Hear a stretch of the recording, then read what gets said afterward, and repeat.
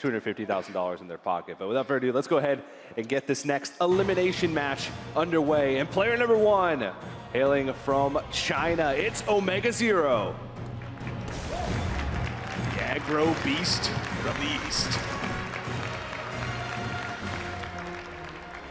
And his opponent from Ukraine, it's Neirea. Something in the water there. Kalento's one of the best, so is Neirea. Elimination match. Neirea versus OmegaZero. OmegaZero is a Smork player, and that's all I know. Most players brought pretty identical decks to this tournament. I think Neirea's decks are no exception, so there's really nothing special about his lineup. They're pretty pedestrian. In Bahamas, he played not well, but I remember before it he played quite well, and I saw some games after from Chinese tournaments he played also quite well, so probably it's just when he prepares well for a tournament, when he feels good, he plays well. Neirea versus OmegaZero. Let's do this!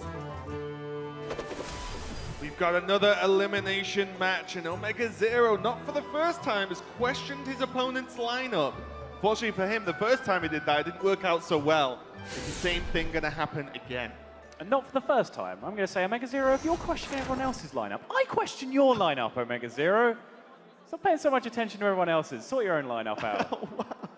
Don't be nosy on other people's lineups in a tournament where you need information to be able to do well. Speaking of lineups, here are the decks they're playing. The main thing that sticks out to me, again, we just got off a cast from Omega not too long ago, is the no Rogue.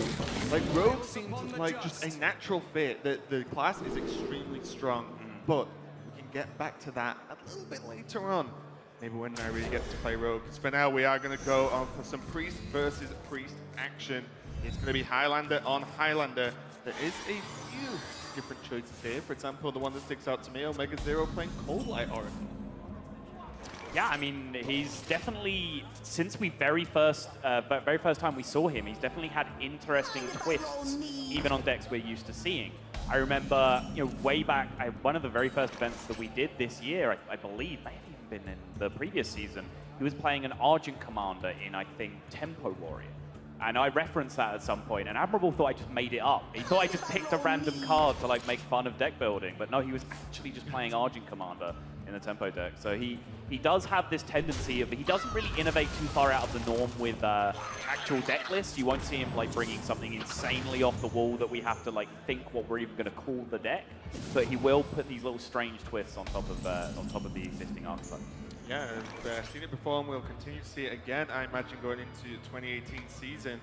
Neirea trading the 2 loot orders off there and gaining the Glimmer Root on curve. That's actually pretty strong, because all these little minions, you don't really want to be dealing with as the Priest, because any form of poke damage can start to gets more valuable when you add it into the late game, as the bursts just get easier and easier to do once Anduin is played. And we can see that Neirea has Anduin, has Velen, is still looking at that.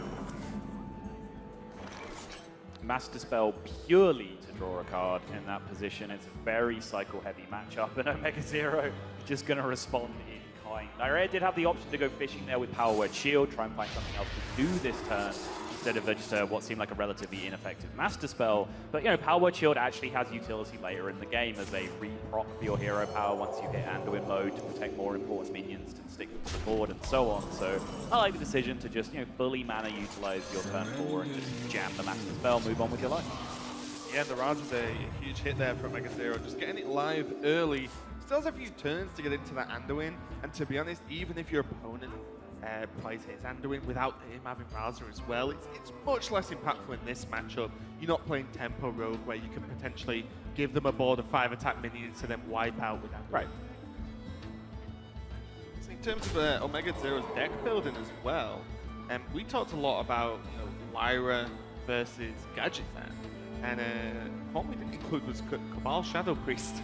Yeah, seems to be vying for that spot for OmegaZero. So again, just like you said, nothing too crazy, right? But just like one additional card, and there's the other one, the Oracle. Although OmegaZero is struggling to hold on to all these cards as it is.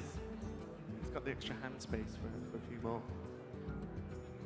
Well, I will add, going back to the opening, that OmegaZero was criticizing Neirea's lineup, or maybe not criticizing, but saying there was nothing special about it.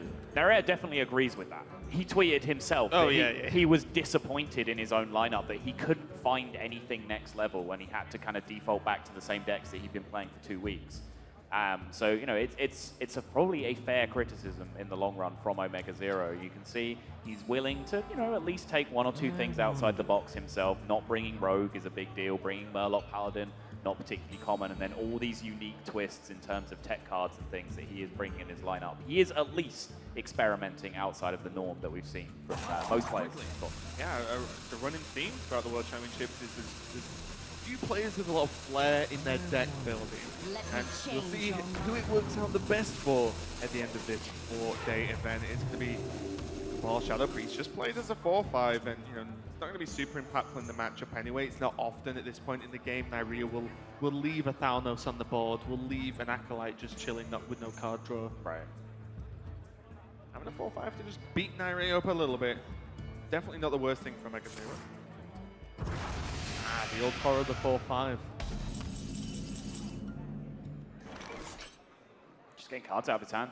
Yeah. He understands that he needs to make room in his hand to be able to draw more cards later on, and there's the fear that he knows Cold Light Oracle is in his opponent's deck, so he needs to mitigate the amount of burn that OmegaZero can pull out with Cold Light Oracle. Still needs to pick up his Raza. As long as that is in his deck, he is in jeopardy of essentially losing the game on the spot. Yeah, I mean, if you burn 1 to 2 cards, depending on midpoint of the game, the odds are relatively low it's going to be Raza.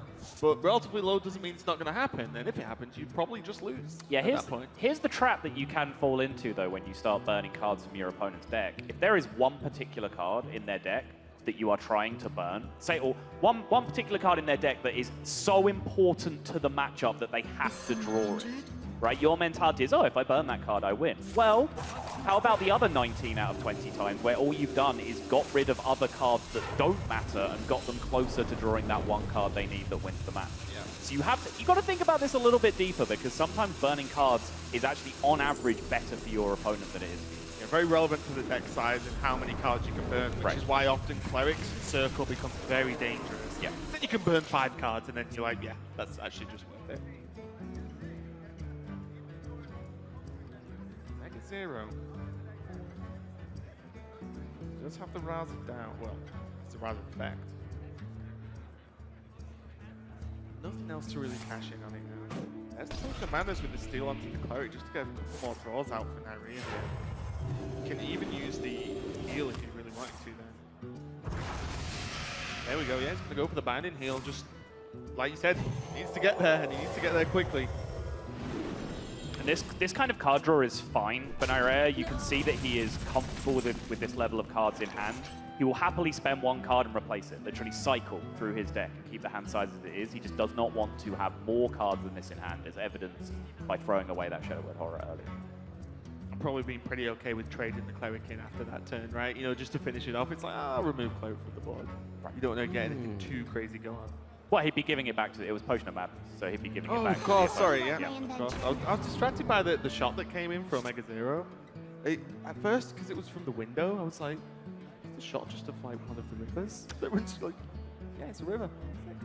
But it was, of course, out the window of the tavern here in Amsterdam. Here comes the Cold Light Oracle as well, so we're going to see even more heavy cycle here from OmegaZero. Is it going to help Neirea get there, though? Still no Raza.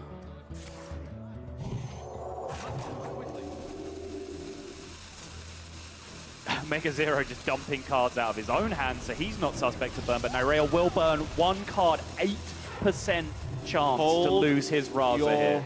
Breath. Yeah.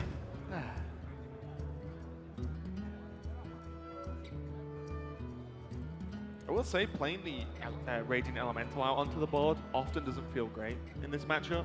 I agree. I was about to question. Yeah, Raging is the card that allows you to do a truly stupid amount of damage, right? Stupid is the word, yes. Yeah, well, look, it's the best one I had for that situation. But yeah, you do absurd amount of damage then, because of all the 1-mana spells you run become 0, so then you just chain so many hero powers along with that Felon turn. But with it potentially gone, the odds are that it is going to be dealt with before OmegaZero gets there. He doesn't even have Anduin up yet. This means that the potential reach is greatly reduced here. Right. I think crucially for OmegaZero, like I'm sure he doesn't love that he played Radiant Elemental on the board that turn, but he was recognizing that he had to keep cycling.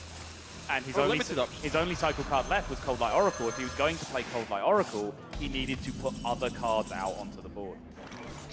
I was going to say, that was a cheeky play. Yes. Because then he actually played his own Elemental, screamed them back into OmegaZero's deck, which means there is 2 copies of a card in OmegaZero's decks, and the Kazakas wouldn't go off, as it requires only 1 of.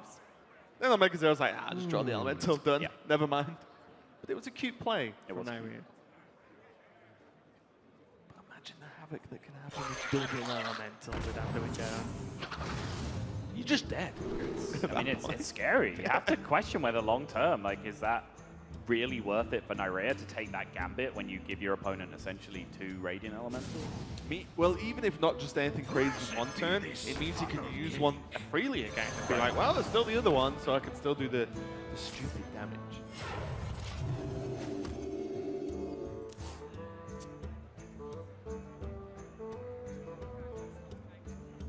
Cards remaining for Neirea. Still no Raza. Does pick up his Kazakus though. Which can help him draw more cards towards the Raza, but he does need to hit the point where he dumps some cards pretty quickly. Well, he's also now in the position where he has a board state that he's answering. This is not something that is easily ignored. Full damage to wall. Not bad. Do you like the 5/5 there? Not sure if a 5/5 ever really does a great deal because your opponent hasn't really used any of the key removals that would deal with the 5/5. So yeah, I was about to say I would expect that he took armor here instead. It just seems slightly more valuable. Holy Smite off the Priest of the Feast. Not so much because he's scared of OmegaZero healing a lot now, but mainly because the Priest of the Feast can be healed, which then makes it even harder to deal with later on, and then it's a problem.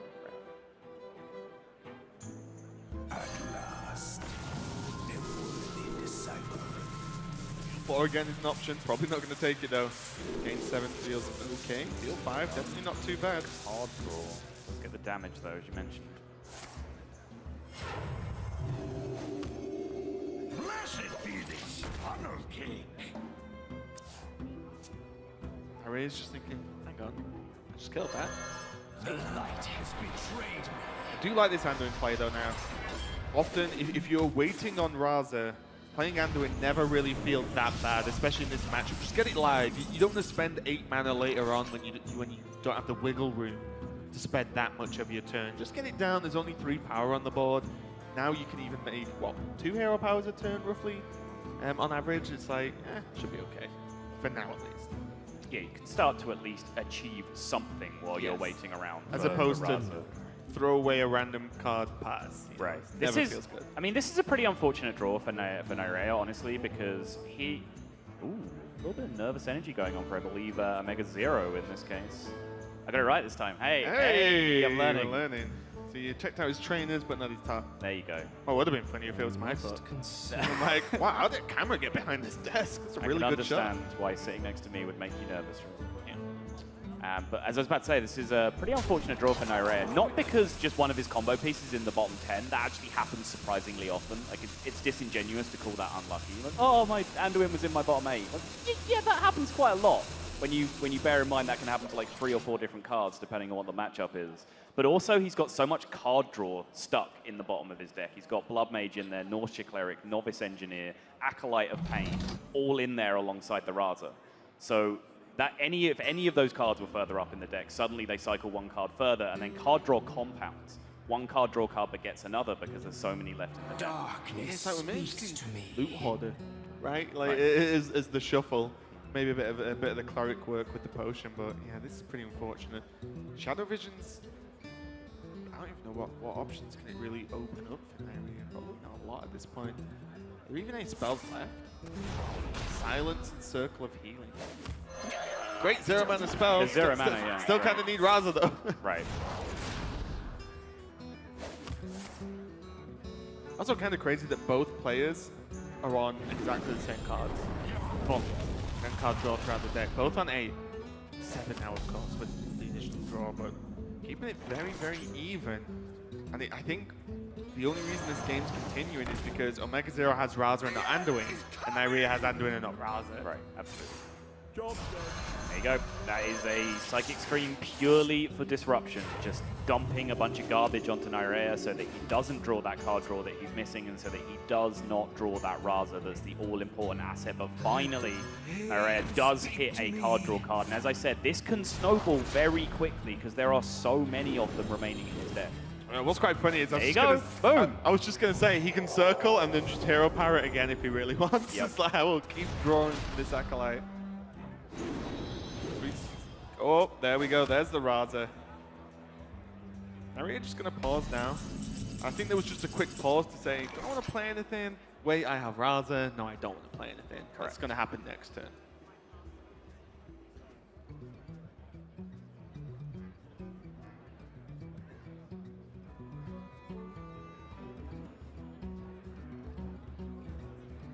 I must consider. It's cute. Wow. Wow. On the sliding scale of cute plays, this one approaches adorable video of kitten playing with ball on Twitter status. That's how cute this play is. It's just insane that you would show, you know, the average Hearthstone player that play and they're like, what are you doing? No, do you know what I mean? They would be like, this is ridiculous. You just put 5 damage into a 1/1. I know, it's weird that this is actually the right play. Or a strong play, at least. OmegaZero still has a whole lot of nothing, though, in his hand. Not without that Anduin to activate it. Here comes Raza. There's the shake of the head from OmegaZero straight away. He's like, oh, I have maybe one more turn to do something. That something has to be Anduin to have any chance of living through the rest of this game.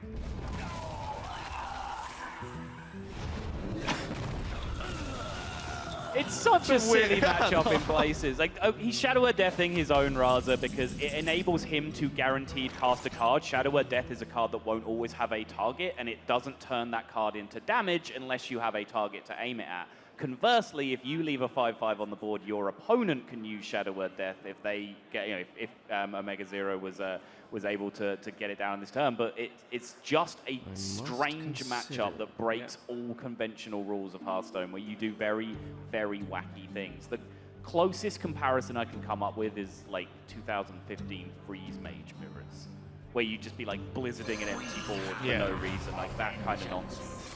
Pinging yourself in the face to play around damage ranges so you wouldn't get Ice Block popped at 1. Just silly stuff that makes no sense to a casual onlooker, but actually is the mark of a very, very accomplished player. Yeah, and the plays is so strange. Sometimes I do stop for a second and be like, is that too strange? You know, because there is I'm pretty sure there's a point where you can take it too far, right? You can be too cute with plays, and it doesn't really get you there. It actually makes things a little bit worse. I doubt we're going to see that happen too often here, though.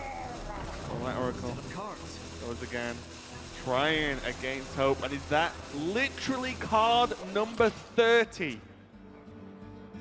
Is Anduin for OmegaZero. Ouch. That's all I've got for that one.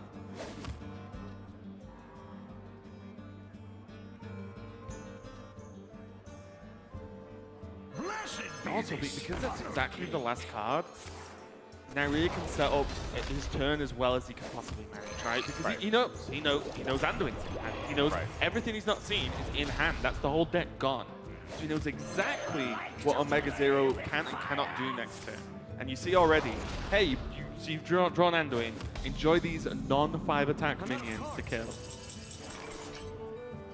Yeah, the fact that OmegaZero had to push himself deeper into fatigue that turn just to guarantee finding the Anduin is crucial as well, because that just lowers the total amount of damage that Neirea needs to bring home before OmegaZero can do the same as well. Yeah, and Scream's not going to help to a certain extent. Spirit Lash is available for OmegaZero still. He can engineer a position where that's relevant, but I imagine Neirea is smart enough to have accounted for that and continue to play around it, make sure it's not enough healing to change the equation. Yeah, I think so. I think there's also just not a world. OmegaZero's obviously taking his time thinking about his follow-up, but there isn't a world that you cannot play Anduin here.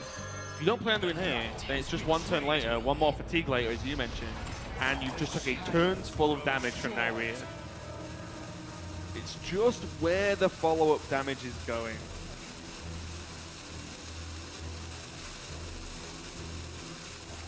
This may speak volumes already.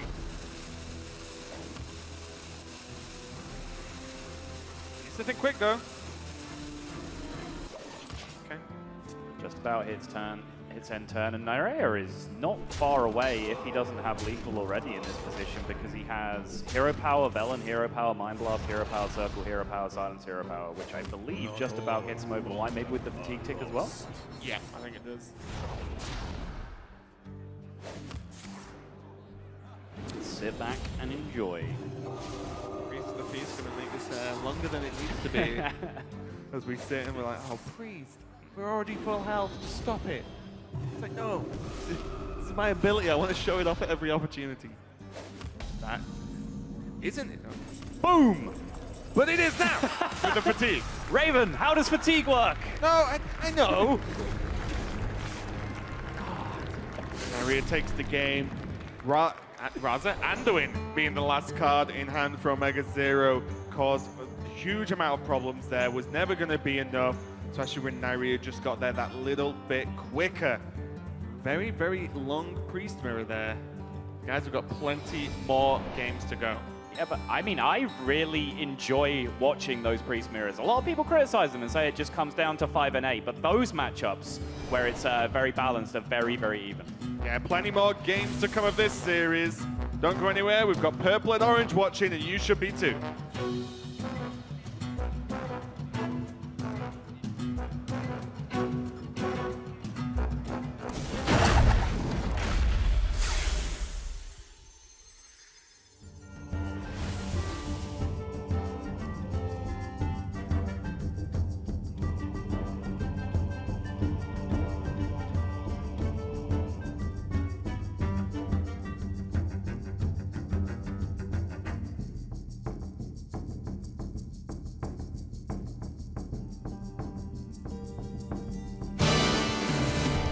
All right, who's going to be the champion? The new one. Well, I kind of want to say Colento, as I said already before. I feel like I am forced to go with it. He's down 0-1, though. So what? It's good. You were also down 0-1, and you won. That is true. I lost first round to Kranich, yeah. Yeah. I remember that. That was brutal. It was like 0.0000002% chance I lose that game. Okay. Actually, I don't think... No, he had to have a specific card, which was Web Spinner, and Web Spinner had to give him a specific card, and I had to not hit one of my 17 And you really counted outs that it was like ridiculous. 0 points, or No, like... I didn't even do it. Like, people on Reddit did it. I got so unlucky.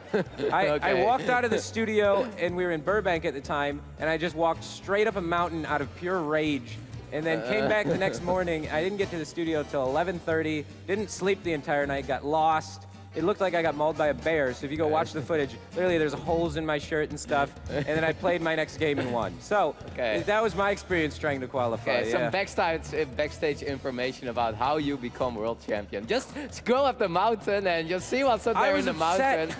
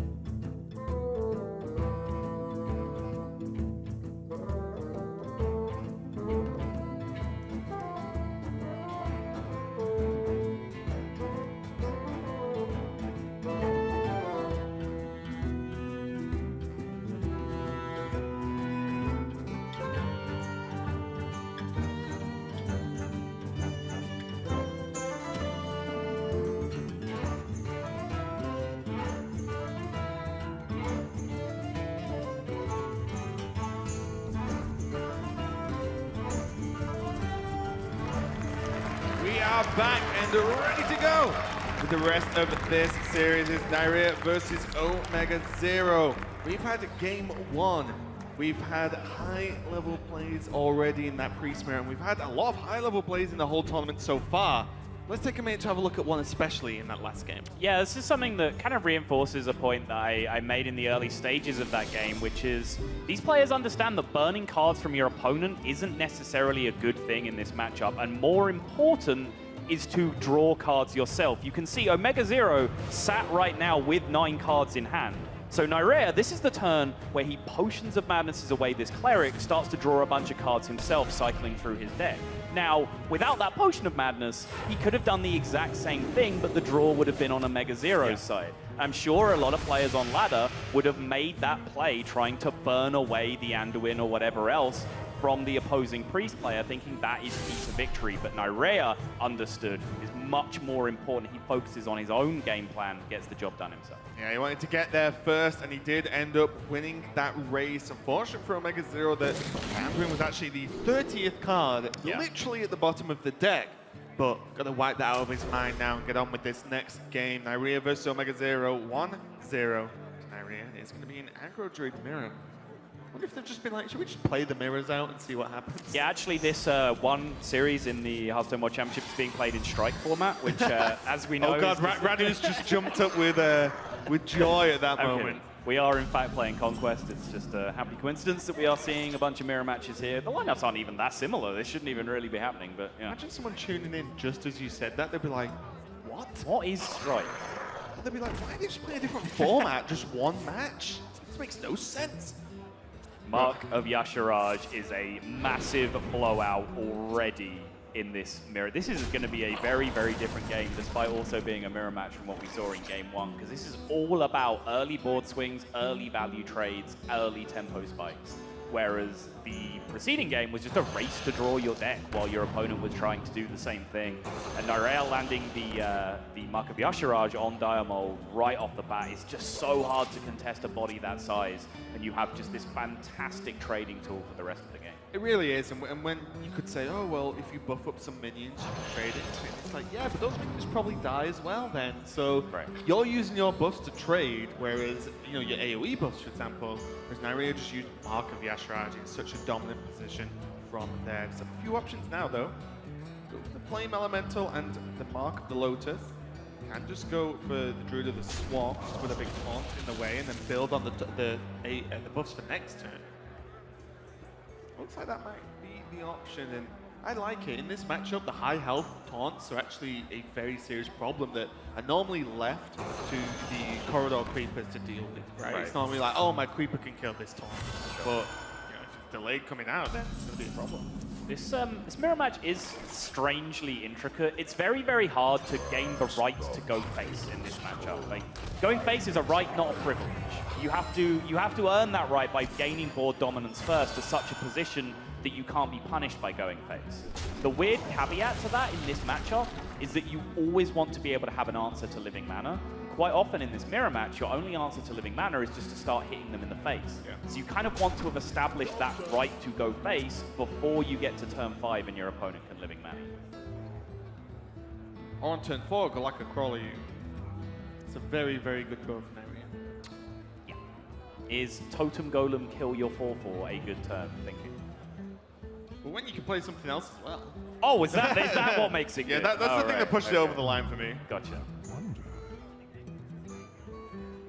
A lot of small decisions, but just looking at the hands, yes, the board state, especially with this crab, is huge, but then, like, living mana on top of that is just, you don't fight back, right? Like you said, your only option is to go face with what? Right. For OmegaZero at this point in the game. And that's what makes turns 1 through 3 so important. You know, living mana is by far the most powerful card in the deck. It just is. It does freakish things that other cards can't do. But you need to establish your baseline before you get to that point. Neirea has been able to do that off the back of the Diamol Mark of Yasharaj. I actually really like going for the hero power here as well and just saying, no, there's going to be no messing about on your end. You have to work with the 4 mana you have to put something in my way and try and slow me down. And on top of that, when you just get to living mana first, it's just even better as well. Creeper corridor, creeper. Team Creeper. Creeper gang, creeper gang, creeper gang. Where's Jay? Should get a live rendition of that from Dr. J while he's here. There's not many options, to be honest, though, is there, for Omega? More importantly, do you remember the lyrics to Creeper Gang by Dr. J? Something about 4. I kept mine in the mulligan. Killer Seth Shadow Step on 2 again. Hitting harder than a Cobalt Scalebane. I'm sure it said 4 in it. Maybe. So you don't remember the lyrics, I think is what we found out here. Oh, mine was better.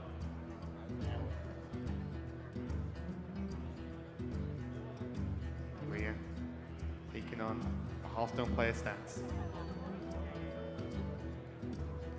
And to block out anything else, it's vision, and just stare at the ball.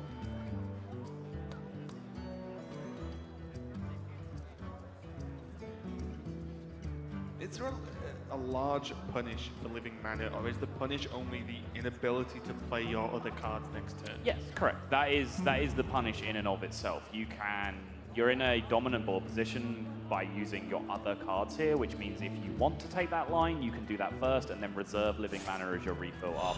But, you know, as I mentioned, like, punish is a word that's used very loosely sometimes in Hearthstone terms. And, you know, when you fill your board with 2/2s, it's not particularly a punish to be able to buff. And I'm sure right now, Twitch chat is freaking out about why there are only 4 2/2 treants on the board. Yes, but the mechanics of living mana means that only consumed 4 of his mana and not 5, meaning he is free to play any of his 2 mana cards or hero power on the next turn, which he would not have been had he summoned all 5. That is a deliberate play from Neirea.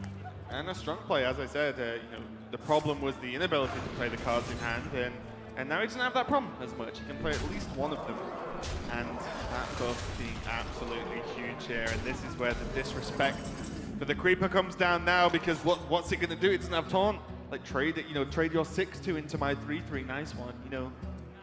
And there's plenty of follow-up after this. Neirea can drop a taunt in the way, and even make it poisonous to be immune to any other big taunts, and OmegaZero could drop out. Or you could just get him in the face. Sure could, Raven.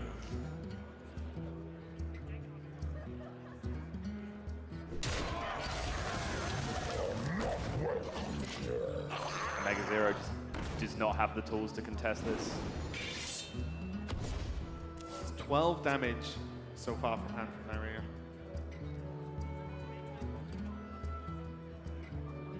If he really wanted as well, he could do a kind of like cute-ish play with the patches and then, you know, get a damage and then trade with play the crab. He's going to delay it a little bit. I'm just going to get everything else out on the board first. There's no rush. He did go for the poison on the Druid as well.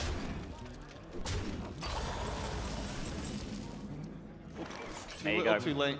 How do you beat living mana? You make your opponent dead if they play it.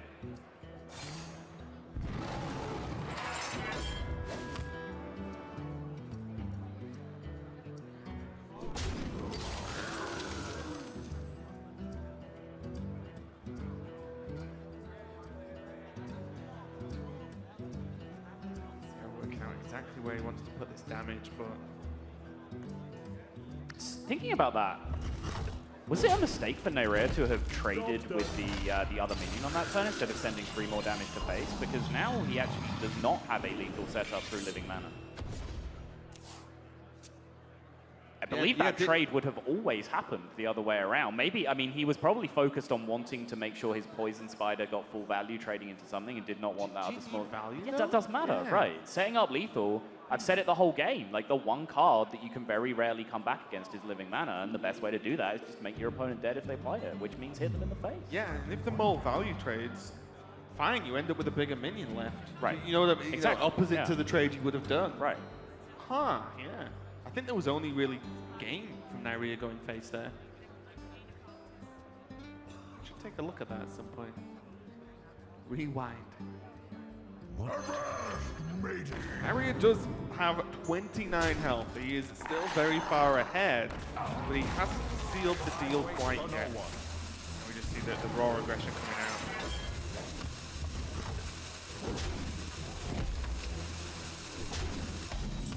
Crucially now, he gets OmegaZero down to 2, and By trading hero powers for the rest of the game, OmegaZero and Neirea will both remain at this deficit where OmegaZero is just at 2, which means any Savage Raw draw, even if Neirea has no board remaining behind it, will end the game. And it makes this turn specifically awkward, right? Because he has to hero power this turn, which means whatever he draws is kind of pointless because he's on such limited mana. Does he have to hero power this turn? 2 and 3 are the same thing, are they not, if the board is clear? Sure. That's a really good point. I'll give you that one. You got me.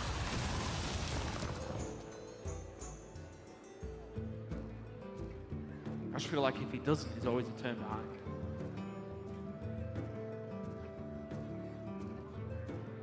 But then again, you could say Neirea is going to hero power every turn anyway. Right.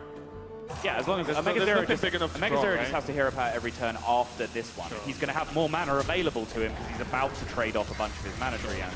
So this is the turn where you do not hero power. You have one free turn when you're allowed to do that. I'll take the Salt Lecture on that one.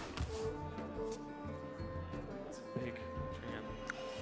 I just saw the spell. I just saw the spell come out. They don't play many. They don't play many that aren't pink or green. There's the concede. Neirea head in hands for a second there. That was within grasping distance, and that could have been 2-0 for Neirea. Extremely close, but OmegaZero clutches it. Somehow! Well, I don't want to call it because I honestly wasn't like laser focused in on the game state at the time, but I feel like if Neirea went face with that extra 3 damage, he had a lethal setup, and if that is the case, that's not OmegaZero clutching it, that's Neirea throwing it away. We'll have to take a closer look at that one a little bit later on, but for now, let's take a closer look at OmegaZero. Well met.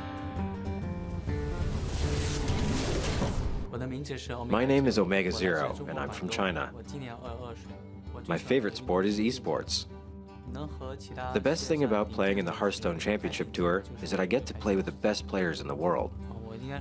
I'll try to win this year for sure, but I just want to have fun while I'm playing, because Hearthstone brings me so much joy. My favorite sport is esports too. I can't argue with that from OmegaZero. You definitely could have a long and hard argument about the validity of esports as a sport, and whether it matters, whether we should care, whether we should be chasing this kind of mainstream adulation of calling it sports, or whether we should just be our own thing as competitive video games. But that's another story for another day, Raven. Today is about Hearthstone, a beautiful game, esport or not. Well, Hearthstone. I think. Someone will tell me on Twitter, I'm sure. But this series is 1-1. Just to remind you, this is an elimination match. The loser is out. Always heartbreaking to see.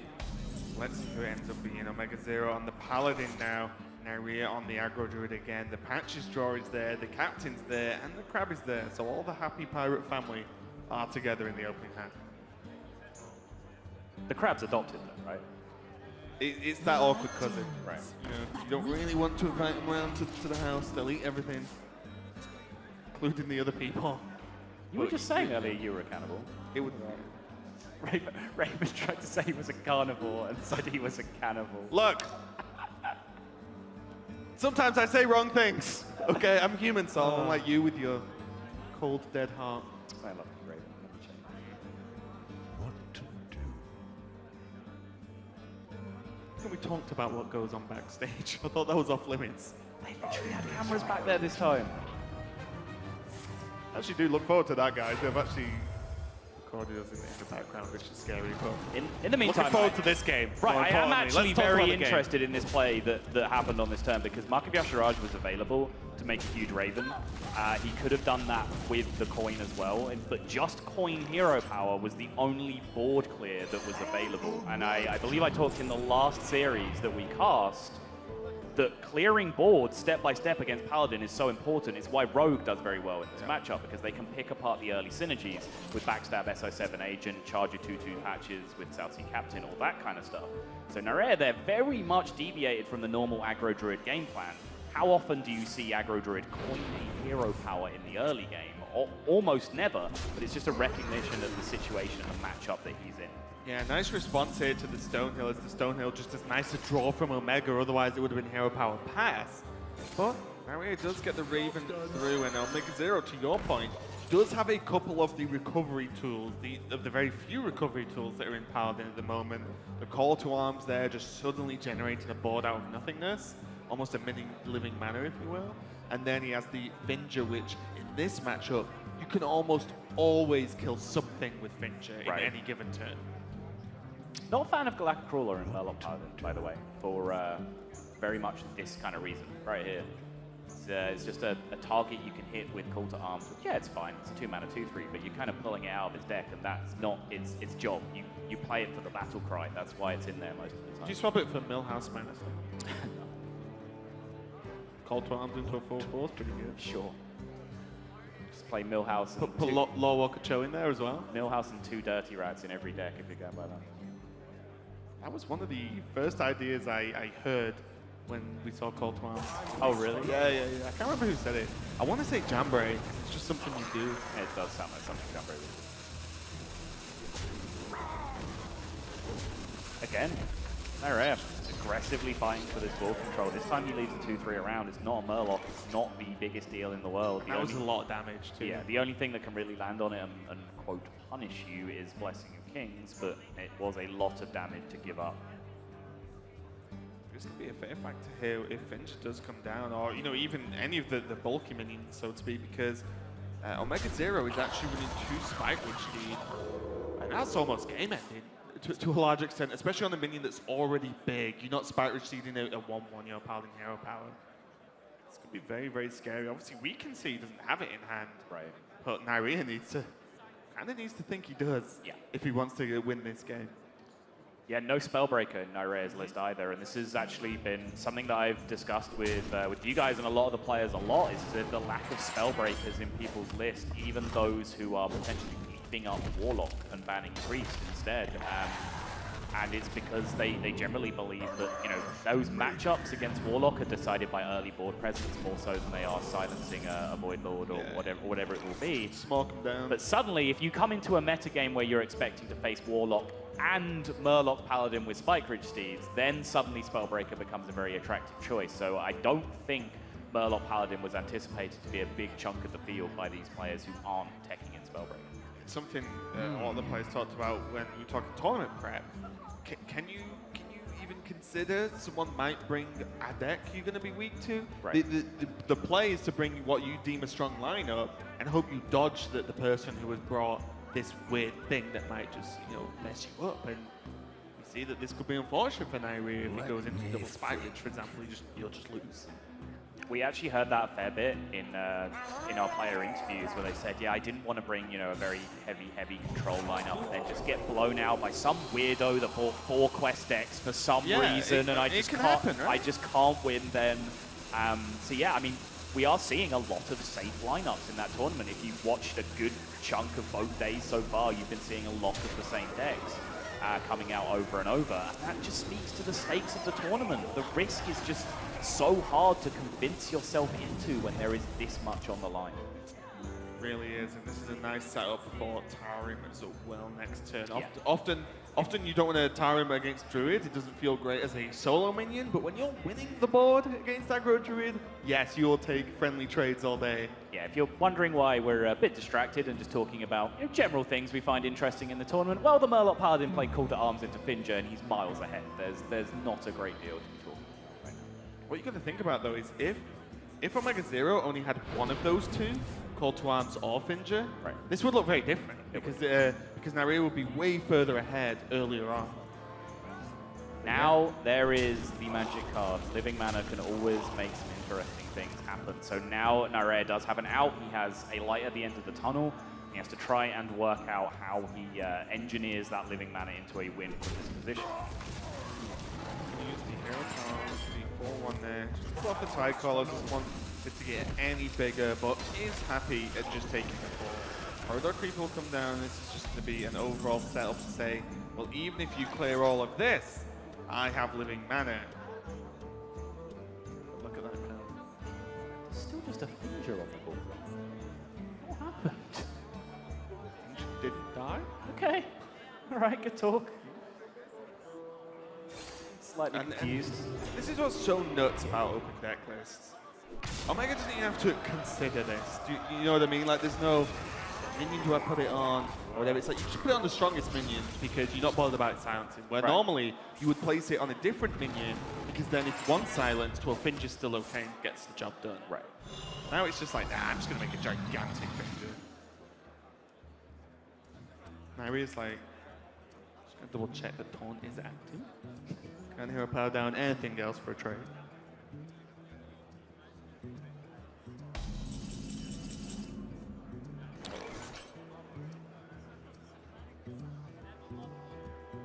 $17 in play right now, plus 3 more for war leader number 2. Sorry, 6 more for war leader number 2. Yeah, I was like, what?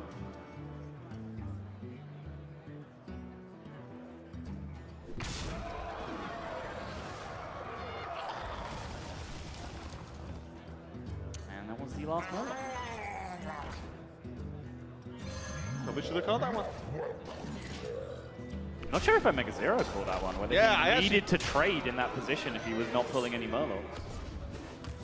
Yeah. It does mitigate the effect of buffs, I guess, but there's not Savage Raw mana available, which is the only thing that really makes any great difference. I can see. Yep. Wow. Very impressive game there from OmegaZero, and I would say we've not seen anything too amazing from Paladin this tournament. Obviously, we saw yesterday Holly get 0-3 in some very rough games, but that's what the Paladin wants to do, right? Just grab the board at any given point, call to arms in this game, and then stick it. Finja, Spike Witch Steed, had the Tarim in case. Really strong game there for Omega as he takes the lead. Yeah, and very different list than we've seen before as well. A lot slower, a lot more late game. The Spike Ridge Steeds and the like all packed in there. Didn't look great first time around for OmegaZero. A lot better the second. Yeah, plenty more games of this series coming right up. We'll be back soon.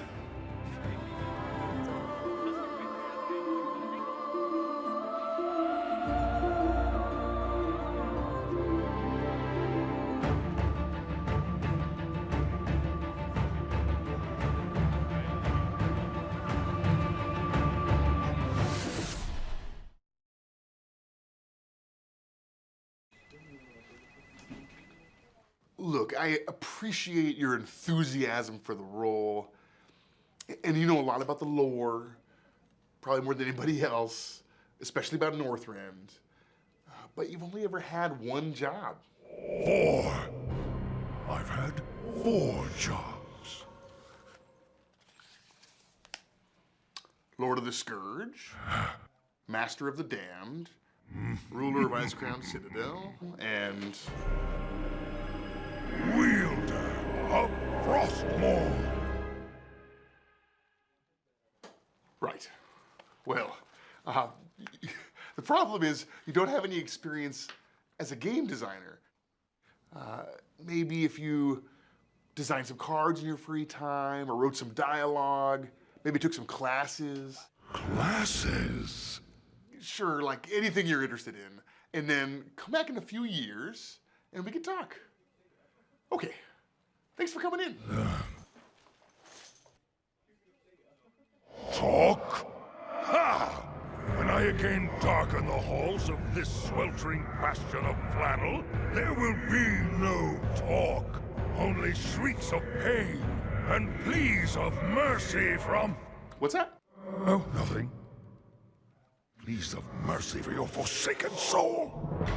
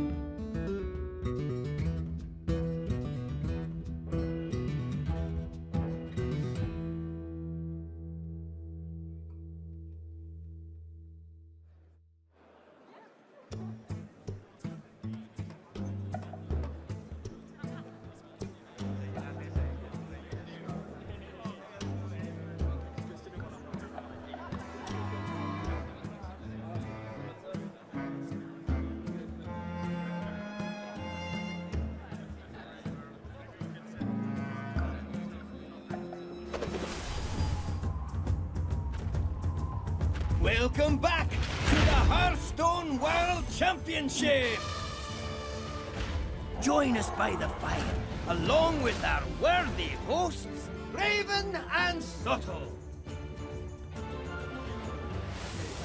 We have Sintolo and Stanudachi coming up after this series. Group C winners match. One of these players is going to be moving on by the end of the day. It's going to be a great match.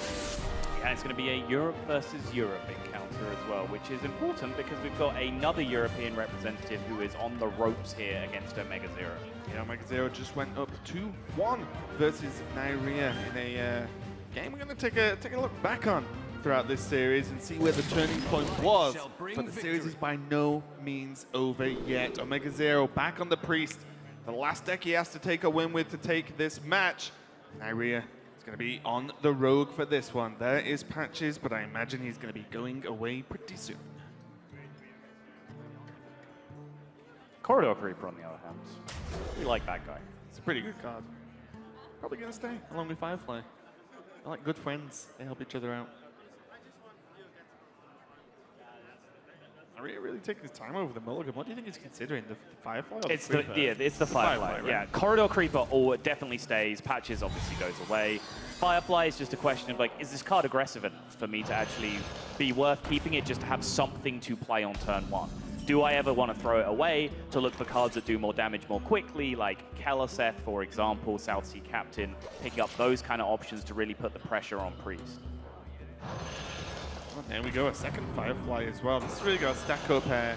Doesn't look like a lot of pressure, but just the minions are kind of awkward for OmegaZero to deal with outside of a coin on turn 3 into Horror, or in turn 4 natural Horror. It's a little bit rough. Neirea at that point, but actually just put a lot of damage into it. And made that Creeper a lot cheaper. Captain does come down though and amplifies the power of this board state significantly, but OmegaZero sat on so many removal options already. Pint-Size Horror is available, Pyromancer Coin and cheap spells are available, Kazakus is there to pick up another AoE potentially down the line. He can sweep a lot of boards just with the tools that he has already. Yeah, I think Neirea, if the board was going to be cleared, would probably want one of the minion options. Like, say, the Thanos into Spirit Lash for most of the board, or mainly the Pyro, mainly because if you lose one more minion as well as this board, the Creeper becomes free and you can trade it with the, you can combo it, sorry, with the Minstrel. Sure. I was wondering whether Neirea was ever even considering just a Shadow Step on the Firefly.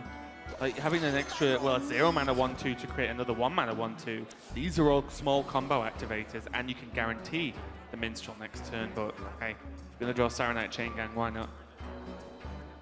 Is a pretty reasonable option on turn 4. OmegaZero, for a kind of interesting play here, he just played out a couple of minions. Cleric for no value here. Loot Hoarder, obviously its value just comes in cycling itself anyway.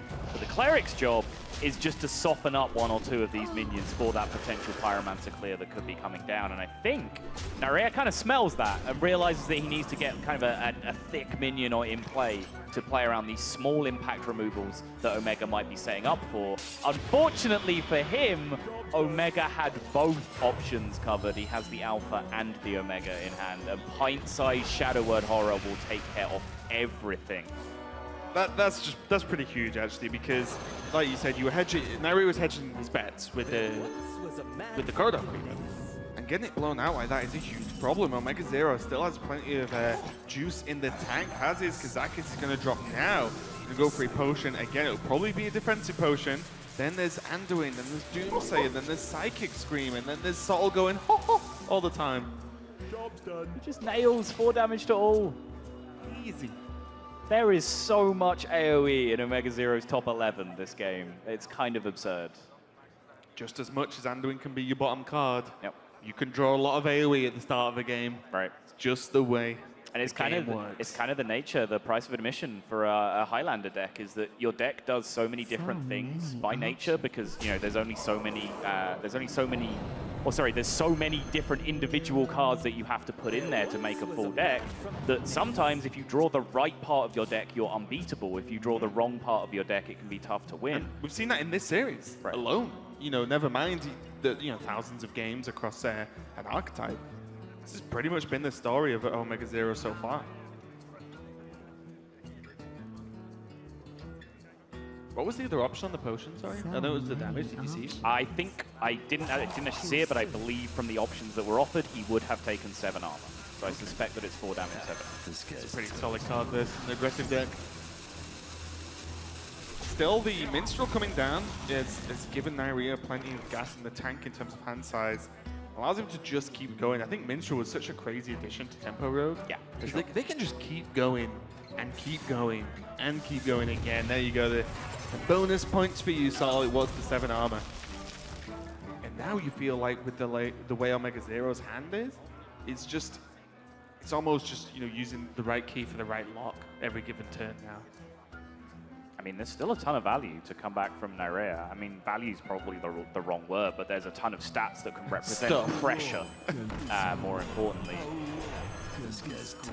But OmegaZero still has the nuke of Shadow Reaper Anduin that can line up into a lot of these threats. Either Cobalt Scalebane or Bone Mare is likely to be completely neutralized by a Shadow Reaper Anduin.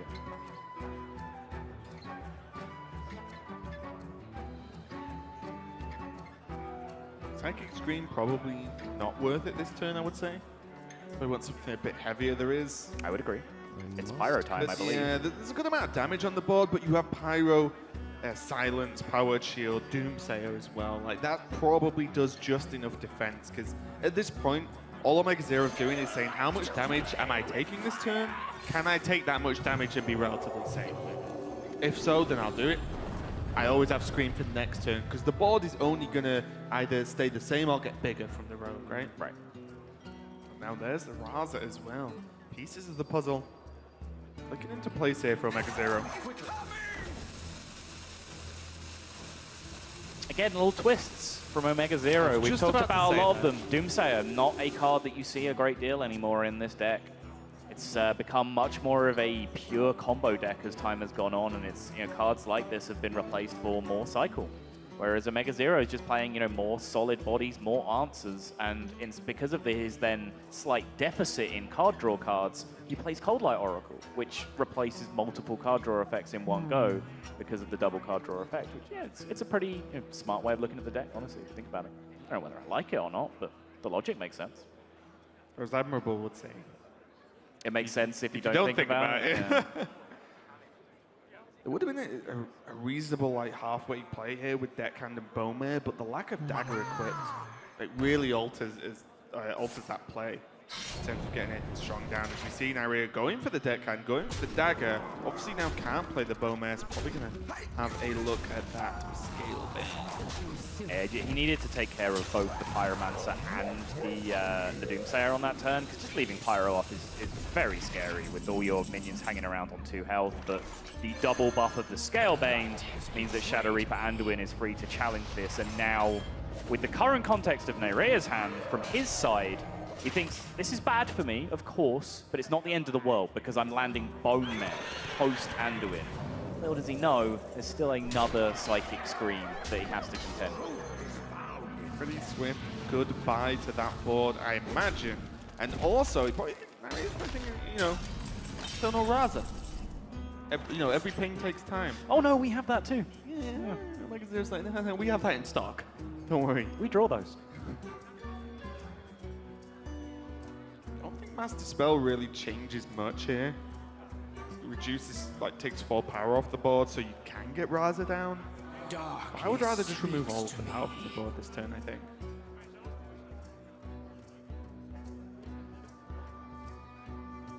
Especially because looking at what's been played by Neirea this game so far, there aren't many power plays left, right?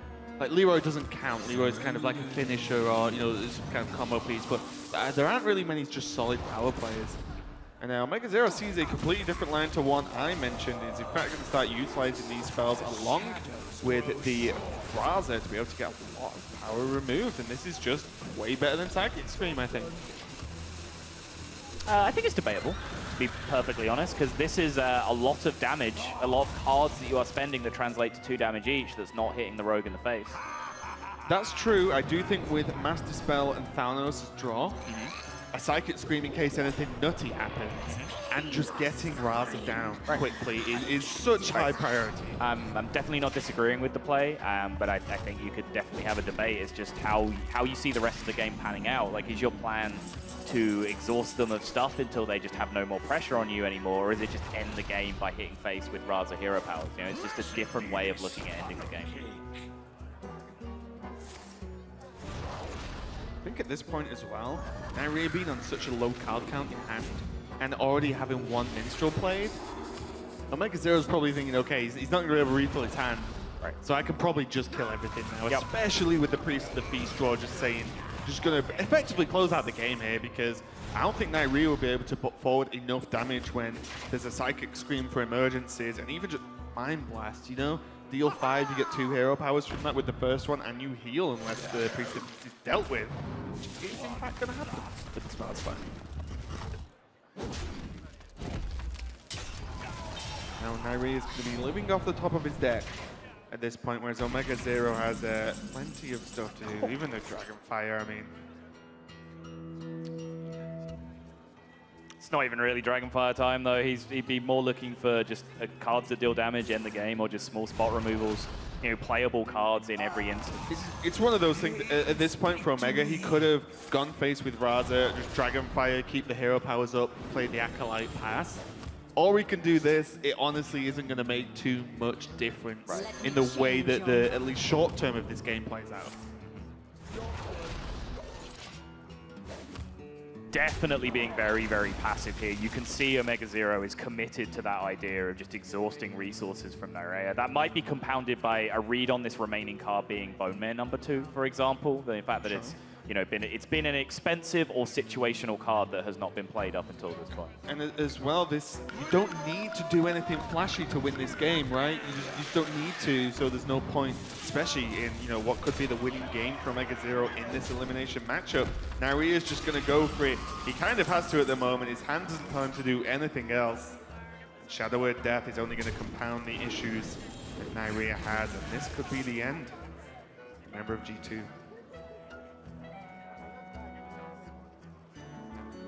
Coldlight Oracle, I imagine, is a hard pass at this point.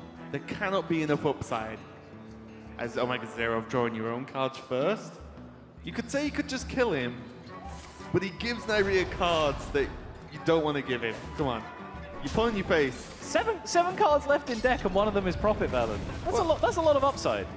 0 cards in your opponent's hand, and 0 of them are nothing. You probably don't play Coldlight. Probably don't. Yeah. I mean, I wouldn't be mad at it. I think you win either way. I don't know what's wrong with you. This event must just make you really happy in general, because a lot of these times you'd be like, yeah, it wouldn't be too bad, I wouldn't be too angry. Normally you're always angry. Fair. Doing it.